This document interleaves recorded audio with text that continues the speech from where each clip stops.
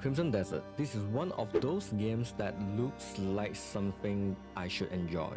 But if I'm being honest, I don't really like open world games. Not because they are bad, they are actually amazing. I just never stick with them. I've played games like this before, beautiful world, ton of things to do, and somehow I still end up dropping them after just a few hours.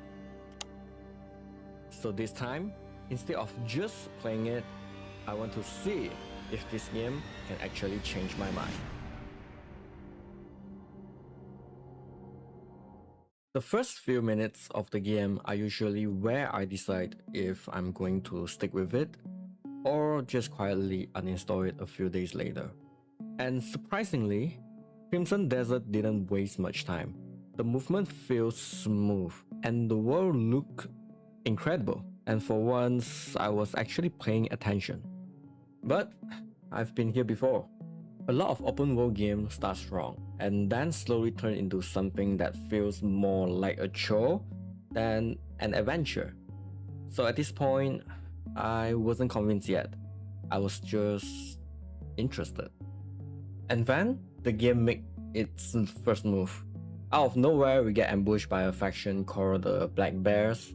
And when I say ambush, I mean completely overwhelmed. The grey main squad, the people I just started getting comfortable with, get wiped out almost instantly. And just like that, we are down to a handful of survivors, including our protagonist Cliff. Now, this is where things get a little questionable. Because somehow, after what looks like a fatal wound to the stomach and a clean slice across the throat, Cliff just somehow survives.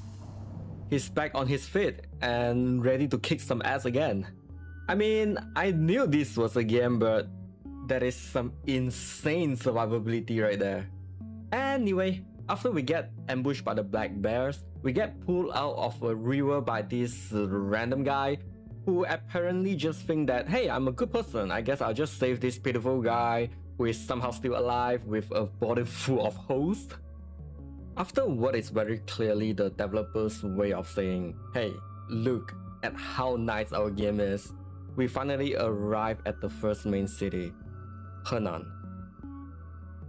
And right after that, the game hits us with the classic Chapter 1. So, the game gives me a very warm welcome by immediately denying me access to the castle. Apparently, my attire is not acceptable, which, to be fair, makes complete sense. Because if you look closely, my outfit is basically just a collection of clothes from the previous fight. Instead, I head over to the town center where, of course, every NPC in the city has something going on. You know, the usual overworld starter pack. Fuck you! Well, that was very kind of you.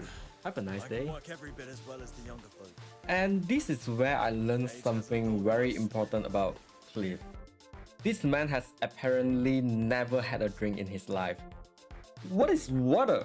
What is beer?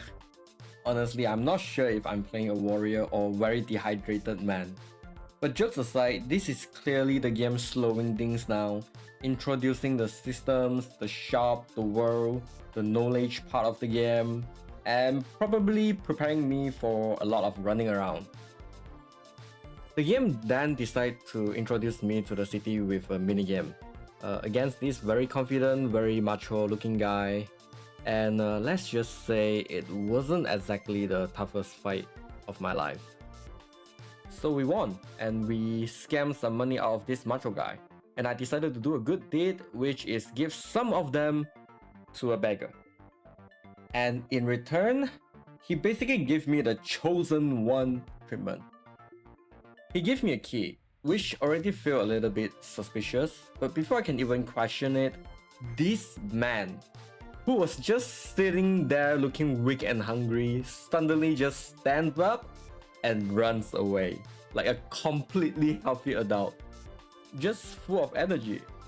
So now I'm just standing there like, was he actually a beggar or did I just get scammed into funding his cardio section? Either way, now I have a key.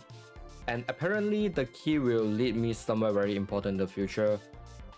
Either way, after taking the key from the beggar, who by the way is now somewhere out there living a very healthy life, I suppose, then I overhear some passerby talking about a girl in distress in the sewer, which is already not a great combination of words, I would say.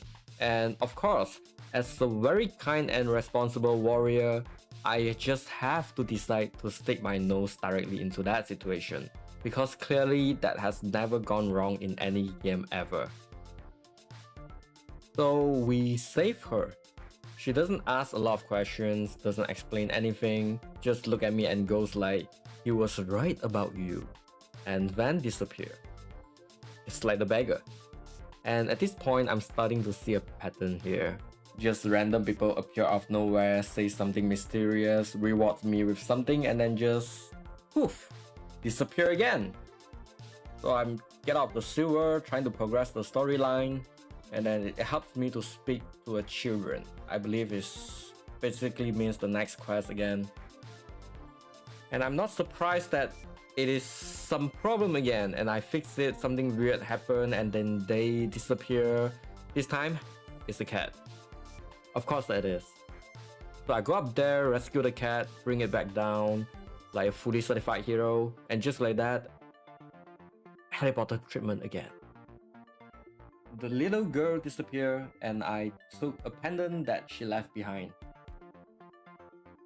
And after that, I just roam around the city for a bit, doing completely normal main character things, fetching lumber for a blacksmith, helping a troubled family clear their chimney, because of course, why not, right?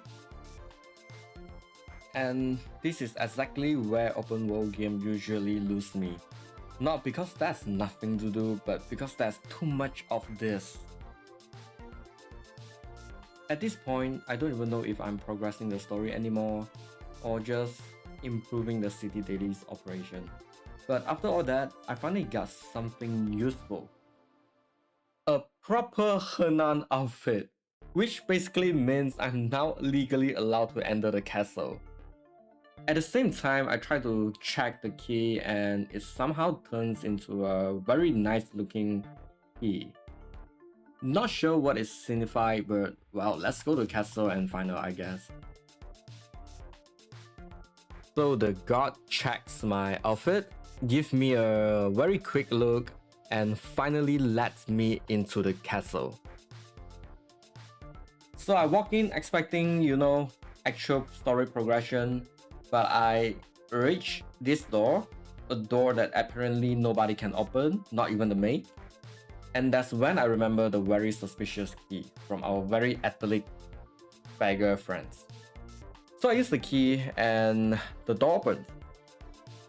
And then a portal suddenly appears out of nowhere. Definitely means that I have to go in and go to somewhere else. So the story could progress, I guess. And the next moment I realized I was already in a floating island. And then just when I thought things couldn't get any stranger, the game hits me with a cutscene. A white bird suddenly shows up out of nowhere and then gave me a strange power, to open the goddamn door, I guess.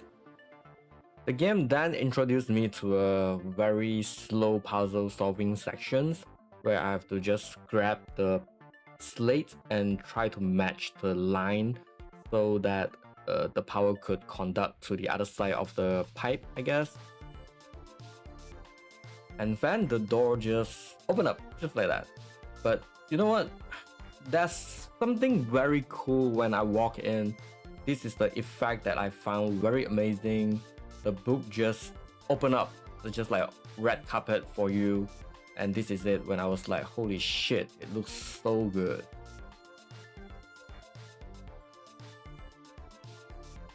And then the game introduced us to this Grand Magus, I believe is the beggar from just now.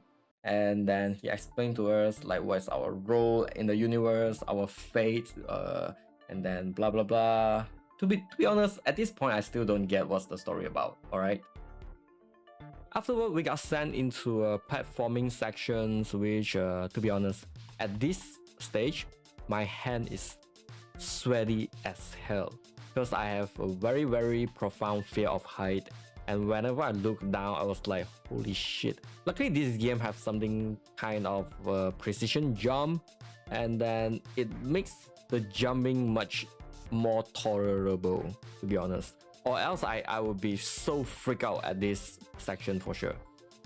After a 5 to 6 minutes platforming section, we are again introduced to a new puzzle solving kind of mechanism using the new power that we just have.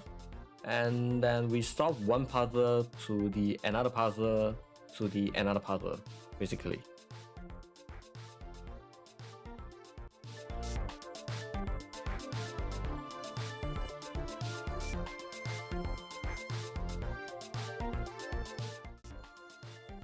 In this next session, they basically just introduced me to a new power which makes me glide through the air. And I'm not gonna lie, this is where things got a little bit uncomfortable.